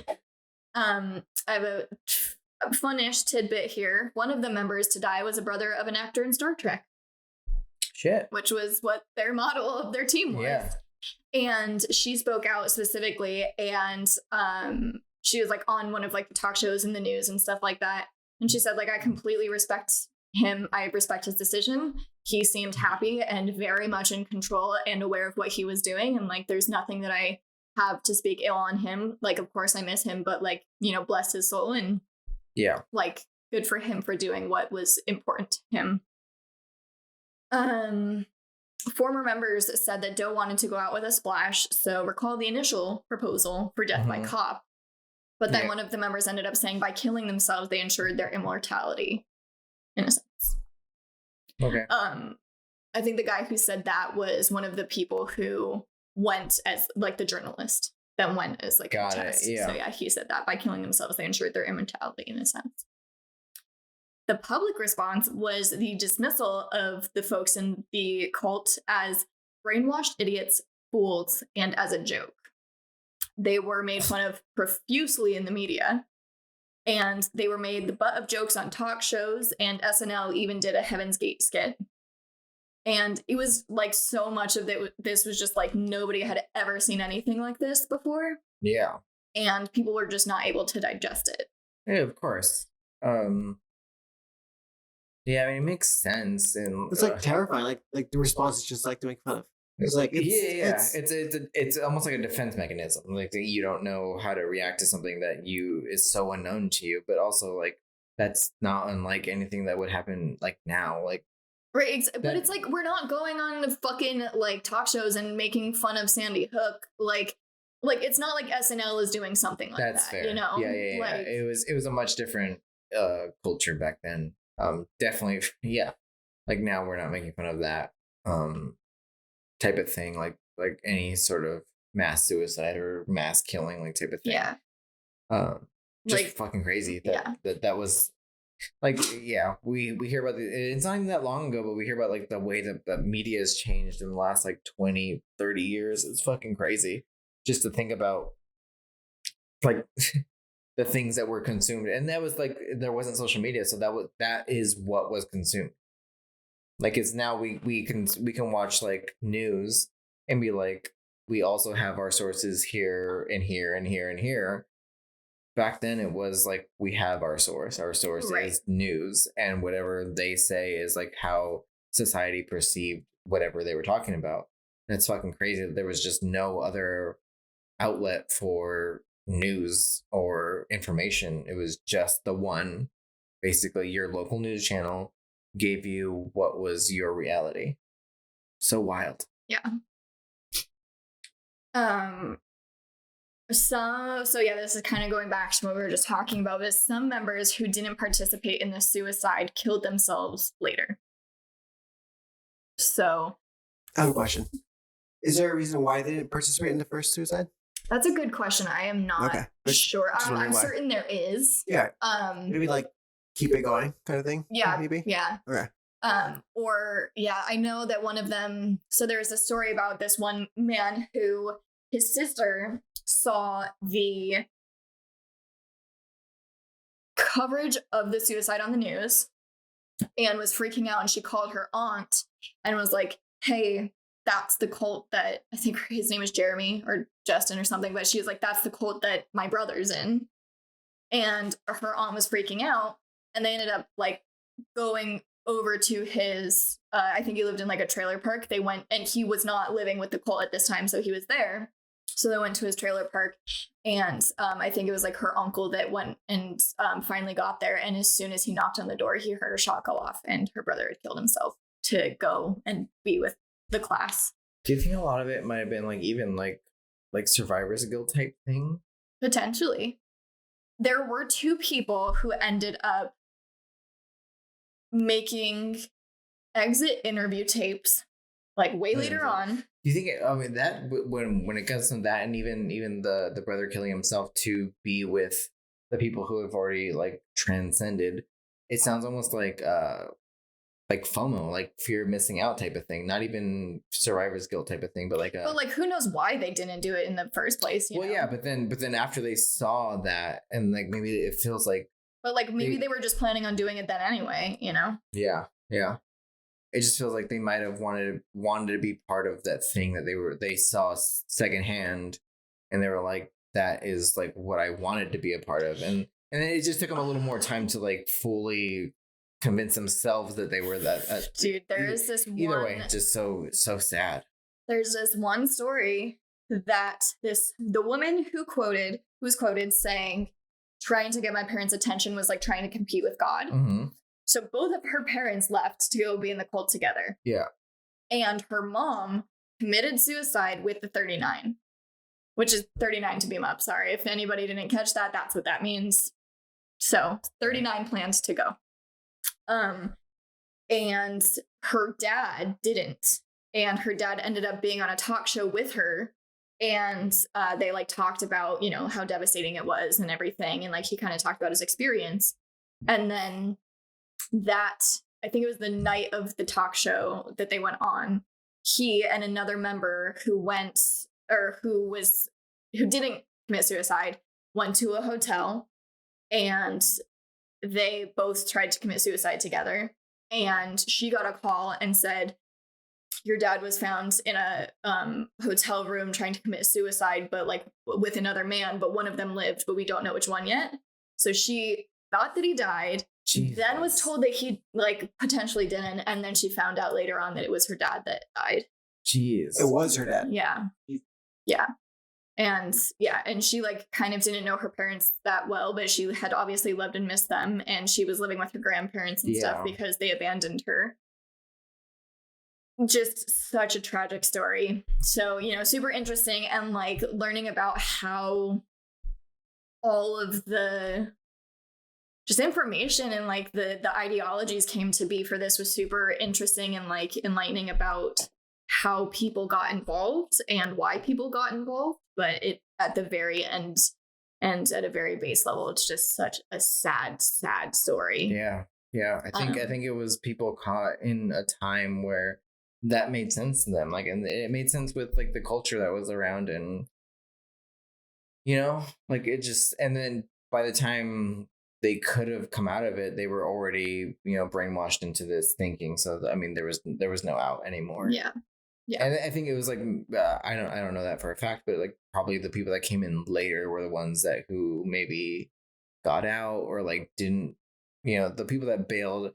Obviously there were people that bailed from the initial like controlling part where they were like, we wanted to be a free spirit type of thing. Yeah, but then there was a guy, a very specific guy. Sorry to just cut you off. I'm sorry. No, but there was a guy who was like, he was like Dick Johnson level devoted. Like he was the head of one of their like groups. He like spoke. He was the key speaker at most of their like like induction meetings, things like, or their pitch meetings basically. Like he was like the poster child for Heaven's Gate, and he left shortly before the suicides as well.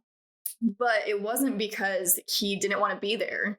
It was because he was having impure sex thoughts. He said that he would like masturbate sometimes, and he was just like, I was so devoted to something and I believed in it so strongly, and I was such a hypocrite and I couldn't live with myself being like that. So he left. If only the Catholic Church was like that, it would be empty. Heaven's Gate remains the largest mass suicide on U.S. soil. And at the very end, like day of suicide, there were 41 members. And I just wanted to put this reminder at the end that this happened to intelligent, educated, whole, well people. And they shouldn't be painted as anything less than that. There are no excuses of saying like, oh, it's like this only happens to people from bad homes. And like these people were like, you know, they were low lifes and they had no other way out, or anything. There's no qualifiers to it. It can happen to anybody. Yep. And it happens to mothers, brothers, sisters, aunts, uncles, parents, just and again, I do want to just give this at the end. Please, if you have any thoughts of suicide, or you are talking to somebody who's trying to convince you that that's the way out, it's totally available always for you to call the suicide hotline at 1-800-273-TALK or 1-800-273-8255. That's Heaven's Gate. That's what we have for you today. We don't like it. No, we don't like it. Oh my god. We've been filming for so long. I know. Holy shit. Where we at? Oh god, it's another long episode. You want to take a quick wee break? I would love to. We have a fun fact coming at you from your boy. Yo boy. All right. And count us out. 3, 2, 1. Go.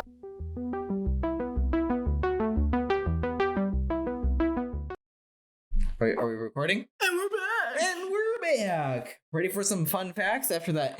Ready for some dark facts after a dark episode? Can't wait. I need some cracks. Oh, well, yeah. We're gonna get a crack in here. Yeah, let's break the ice with some cracks. Sergio, you count us down to a crack. 3, 2, 1.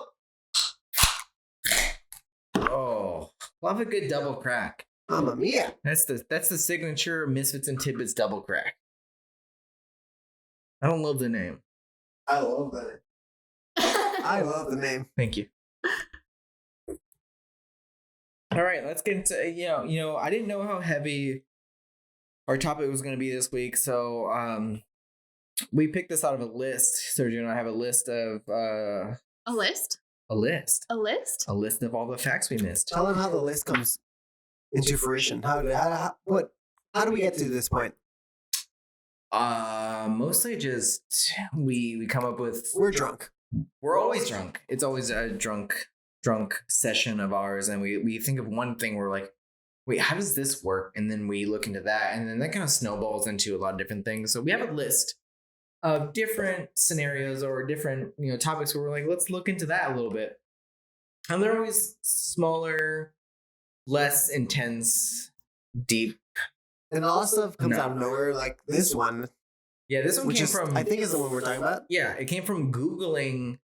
I think I like last week's did as well. It came from we were Googling things, and then it just came up as like the suggested Google. Like we were like, hold up, yeah, what? We were like, we Googled something else, and it was just like, you may also be interested in this fact. And I was like, wait, the fuck is that? So blew my mind. Yeah, so we have a list, and this week is it's not as heavy as our topic, but it is rough. It's just a little gratuitous, if you will. Gratuitous. So let me get in the idea notebook here. All right, let's dive into this week's little end tidbit, which is chainsaws. Where do chainsaws come from? I am now cutting off Phyllis's head with a chainsaw. Ring. Anyway, chainsaws, where do they come from? Where's the origin? You would never think of that because you're like, chainsaw, yeah, it has one function, to cut things, and it's fine. To cut chains. It's very aptly named. Yeah. We saw chains here. You would think. Yeah, but apparently it's not that nice. It's not that cut and dry. Not that cut and dry, as Junie would say. It's great. It's great wordplay there. Love it. Here, my first line says, Yep. Sorry, that's great. I think you really crushed it. I don't think you should even revise. I'm gonna revise because it's not a fun fact. It says this fucked fact. Because usually it's a fun fact. This is a fucked fact. Were you expecting this to be fucked when you went into it? No. Okay. No, not at all. Not even a little bit. Okay. This fucked fact comes from a recent popular science study. And the next line says, why our chainsaw? Because I'm about to tell you. In the 18th century, two Scottish Scottish surgeons. I'm very drunk. 2 Scottish surgeons. I fucked that up again, didn't I? 2 Scottish surgeons. That's hard to say. It's hard to say. 2 Scottish surgeons. 2 Scottish surgeons. Say that. Scottish surgeons. Scottish surgeons. It's hard. Surgeons. That's a tongue twister. It 2 sure is. Scottish surgeons named John. I think it's Aitken. John. No, Aitken. Yeah. Aitken. Yeah. John Aitken and James. I'm gonna say Jeffrey. It's Jeffrey with an A. Jaffrey. Maybe it's Jaffrey. Or Joffrey. Or maybe it's Jeffrey. I don't know. I can't read my own writing. Okay. I can't read my own writing. Okay. But John and James, 2 Scottish surgeons, came up with this in the 18th century. A chainsaw? Yes. And it originally started to help with difficult childbirth. Yeah. It's gonna Bam. It's gonna That's get what it was. It's gonna get rough. Bam. It's more rough? So before Yeah. That's a lot to process. Yeah. Yeah. Say it again one more time. Initially, chainsaws were used for what? Well, the origination of chainsaws was to help with difficult childbirths. I know, and we're gonna get into it. That's enough. That's it. That's too much. We're diving in. So before the initial model of chainsaw, they were using knives to cut cartilage and bone to separate the pelvis for like a baby that was stuck during childbirth. Like it would get stuck. They would just like basically break your hips to like widen the But they girth? wouldn't break. They would use a knife to like cut. Did people die? Probably. And Sorry, let me ask another question. Did people survive? Yeah. So that's what this was supposed to be a method to help that process. And I mean, they were trying to lessen the agony that. Yes, it makes it quicker. Yeah, it makes it quicker, more efficient, and more of like it's like a singular action rather than, it changes every time you're using a knife. It's like you're not going to be as efficient as, a machine sort of thing. But sawing you in half. But it didn't start as a machine. Well, these are definitely magicians because they sawed the ladies in half. Yes. Nice. So if the situation warranted, the chainsaw, it started as a chain that would be wrapped around the pelvis, which I don't even know how that works. Just physically, I don't understand exactly, but it would be wrapped around the pelvis with a handle on both ends, and it would pull back and forth to saw these areas that they needed to be widened or opened or separated. My eyes are watering. I didn't breathe horrific. for that entire sentence. It's horrific. Holy shit. It's horrific. I know. And but I mean, it was later retrofitted with a hand crane. So instead of like 2 handles, people pulling, they changed it into like a hand crank that would Right? Or no? I mean, basically just rotate the thing instead of pulling back and forth. They would be Literally just saw. Yeah, just saw with a chainsaw, basically, to do that. I know it's pretty fucked up. I don't love it. But check this out. I know this is gonna sound fucked up, but I need an image. Like I need to see. I don't need an image. If you need an image, Google it. No, I will. Because I don't. I really don't need that image. I just need to know what the fuck. Well, a picture is enough. Yeah, but my mind. I'm not getting a clear enough image. I think my mind gave me enough. My mind's not letting me get there. My mind's telling me no. Yes. But my body is also telling me no. My body's also screaming no. Yeah, absolutely. So after this invention and the implementation of the, if you can call it that, now known chainsaw, births were described as agonizing as opposed to extended torture. Which before they were extended torture. Yes, they were extended torture before, or like difficult births. So difficult births were described as extended torture, and now they are just agonizing. As if childbirth is not hard enough. Oh yeah, as if it's not already agonizing. But now it's only agonizing. It's not. It's no longer extended torture.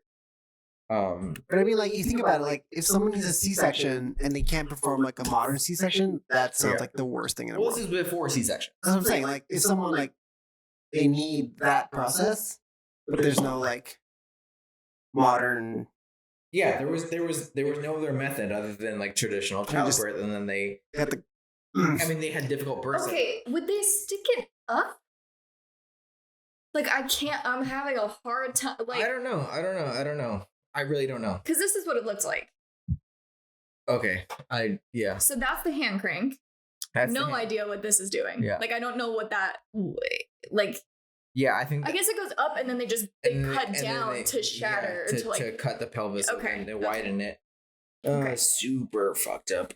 Please don't show me any more of that. Nope, you're done. We're done. It's okay. Keep going. So this method remained in like normal practice through much of the 19th century until C-sections became popular. Why did they not think that first? They thought, how about we cut cartilage and break bones with a knife inside your cervix before cut the baby out from the stomach? I don't think they had the technology or the steady hand to pull off the procedure. I still think that... Anybody? Super bad. Oh, cool. Anyway. No. But like, cutting a baby out of someone's stomach sounds horrible. Yeah. Trying to widen the girth of your hips and everything, splitting your entire body open sounds like a way worse method. Like, how did they think extract the baby through the worst means ever before take the baby out? I'm not a doctor. I don't know. These two were doctors, and they said chainsaw. Hold up, I got an idea. And I mean, they're Swedish, Scottish. Never mind. I thought they were Swedish. They're Scottish. I was like reference IKEA. So because IKEA, them Swedish IKEA furniture makers they're efficient. They know how to maximize space and all that stuff. But these people are Scottish, so they just know how to be drunk and sad, I think. That's all I know. And torture women, apparently. Apparently torture, but less torture than previously.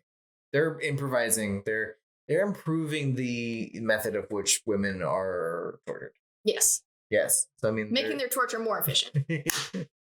Not more efficient in torture kit. Anyway, they had good intentions. They were trying, to their credit, they were trying to alleviate the extended torture of difficult childbirth.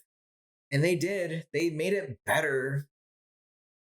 In contrast, I genuinely don't know how a woman would survive that. Yeah, I don't know either. Or anybody who's giving birth. Maybe none of them did. I don't really have history into how. I mean, that's the origination of the chainsaw. That's all I covered. Okay. But now that's over, and as fucked as that was, it did prove useful in the long run. Chainsaws are a thing that was like originated there and became a good thing, but there were worse methods. Just like a park ranger, chainsaws went from the womb to the forest. Yes. Thank you. That's it. That's really funny. That's all I had. That's really funny. I like that one. That was good. Damn. Like a park ranger. That's fucking funny. Damn. Yeah, so, I mean, as terrible as that was, it wasn't the worst thing that's ever been invented. I mean, yeah. So, you're not tell us worst ways I have one other baby extracting? One instance of another invention that was patented. I don't know if it was ever implemented. I didn't look into that, but it was patented. In 1965, George Charlotte Blonsky. What a name. Yeah. good old GCB patented a device which was essentially a human turntable that would spin you quick enough to shoot the baby out to induce childbirth via centrifugal force. So yes, yeah, it would shoot your baby out of you just based off of the force of you spinning. How fast do you have to spin? It's a patented device that was sent to a patent office, and someone said, "Yes, stamp. This is your device." Maybe they approved that, so no one else had. No one else was able to do it. It was in 1965 by George Charlotte Blonsky. They passed that, so no one else would be able to do it. Yeah, they were like, "No, you get this. No one's gonna trust you, but no one else can do this. Please shelf that shit." Yeah, I don't know if patents.google.com. Yeah, I don't know if it was ever used, but it was that. And that seems, I don't know if it seems worse, honestly. I'd rather 100% worse for the baby. Well, yeah. I'd rather be It was patented until 1982. Oh, so we can do it? Yeah, it's up for grabs, dude. What? Yeah, but I don't know which is worse, honestly. They both seem horrific. They all seem the worst idea in the world. And they both seem pretty horrific. So but those are my facts for this week. Hope you enjoyed that. And you took it way too far. Yeah, I took it too far. Yeah. We thought chainsaw, and then we thought let's ruin everybody's life for the night. So that's all we have for you this week. Junie is going to continue to research into... I do have some more fun facts about this. Sorry. What is this? In 2014, the Science Gallery in Dublin built a full-scale model of Blonsky's apparatus as a part of their Fail Better exhibition, showcasing thought-provoking ideas that failed spectacularly. Yeah, I'm glad that failed and it wasn't actually put into use. Blonsky's childbirthing apparatus was awarded the Ig Nobel Prize. I don't know what that means. In 1999, which is a satirical award that honors achievements that make people laugh and then think. Jesus. I mean, you take what you can get. You win some, you win some. Yeah, it doesn't look like... I don't think it was ever actually used. He patented that's all it was. There was like ideas floating how to make childbirth easier, and this guy was like, I got it. Shoot it out. Let's spin it around. I want to make money. Let me just like all my good ideas. Let me try to patent them. Yeah. He patented all his ideas basically, and this is the one that. Oh my god. Yeah, it's rough, but I mean that made his name. Yeah, fucking Blonsky, man. Unfortunately, is that what you remember for? I don't know. Well, that's all we have for you this week. Again, if what a yikes episode. It's not a bad episode, just like bad energy, man. Like it is rough. Happy birthday. Thank you. I'm very happy that this. Happy birthday, Ethan. I love you. Thank you. I love you too. I love you both so much. I love you so much. I love you more. We'll talk about this later. Let's talk about this in private. Like we talked about this. We're not on camera. I'm sorry. We're not going to on camera. I'm sorry, dude. I love you. Anyway, if we missed anything or got anything wrong and you have anything to add, please email us at hello@mntpodcast.com. If you want to follow us on our social media escapades, it is at Misfits and Tidbits on Instagram and Twitter. What else did we got? Is that it? If you would like to watch us instead of listen to us, we're on YouTube. If you'd like to listen to us instead of watch us, we're on all of the streaming platforms. That's our dog screaming bloody murder because he's just very sad and he misses us and we miss him too. So we're going to get back to that now because we love him. No, but also you're going to do the rating thing? Is that what you're going to say? Yeah, but you can do it. Go for it. Let's do it. If you are listening and or watching in any capacity, please take the time to go to Apple Podcasts and give us a 5-star rating. The 11 seconds it takes to do it. Please. Yes, it takes such a little amount of effort and time to give us that rating and a review. Please just write something nice. We can also feature something if you say something fucking weird or funny. We will also feature that on our Instagram. and we can tag you in that if you leave your handle in the review. But please do that. It helps boost the podcast. It helps us keep doing this and bringing information to ourselves and you every week. We're having such a fucking blast doing this, and we can't wait to continue this journey into the unknown with you. That's it. That's it. That's all we got. Woo! Happy birthday, Ethan!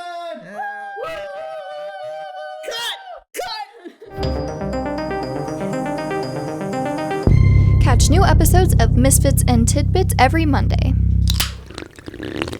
Me.